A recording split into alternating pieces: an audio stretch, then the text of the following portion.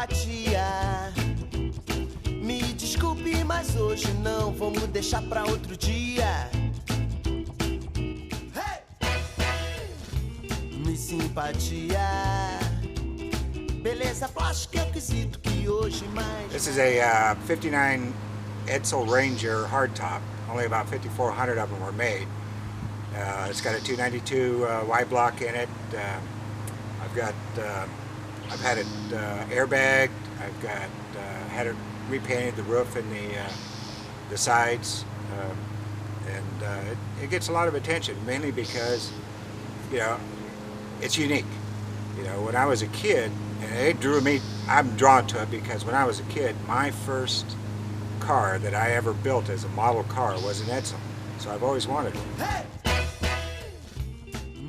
I think people enjoy seeing the car, and for some people it brings back memories. It's also a comfortable car to drive in, more comfortable than some of the cars for today.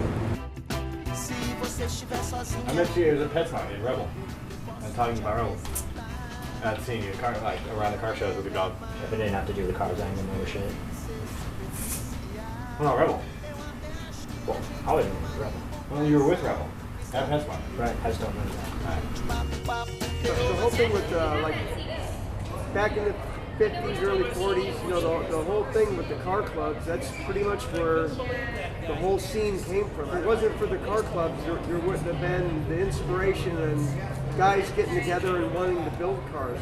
So through the car clubs, that's actually what's carried it through all these years, especially since the resurrection of traditional hot rods and custom cars in the 90s, when all the clubs came back, you know, started forming again. It really helped the whole movement go forward.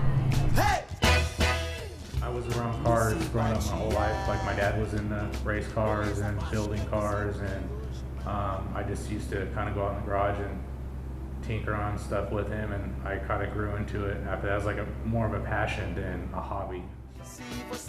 Older cars, I think, you know, for one, you know, people can, most of us that are into cars, you know, can work on them ourselves. I mean, that's a big thing. You know, you get to mold the car to the way you want it. Unlike, you know, the newer cars that are all computerized and all plastic and everything like that, you know, you can't do anything with it yourself almost, you know. And I think that was engineered so that there isn't any more shade tree mechanics, so that you have to take it into a dealership and pay their outrageous fees to get it fixed. Whereas with these older cars like this, a lot of it you can do yourself, or, you know, in a lot of cases you have friends that can do it for you.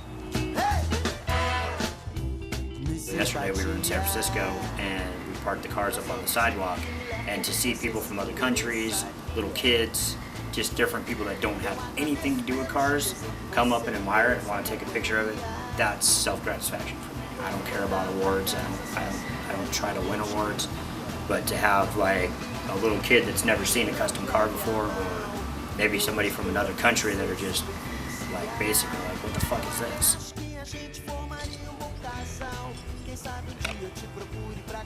A lot of people don't realize is that these classic cars all run really clean because we're constantly working on them, keeping them tuned and running in tip-top shape. So they run super clean. Everybody thinks we're just some, you know, they see an old car and they think, old car, gross polluter, go get a hybrid. We're running better because we're constantly working on them. You know, I know that between cars and my wife saved my life. I can say that, and gave me the life I have today. But the only thing I can think about that is my car don't talk back. Me simpatia. Beleza plástica é o quesito que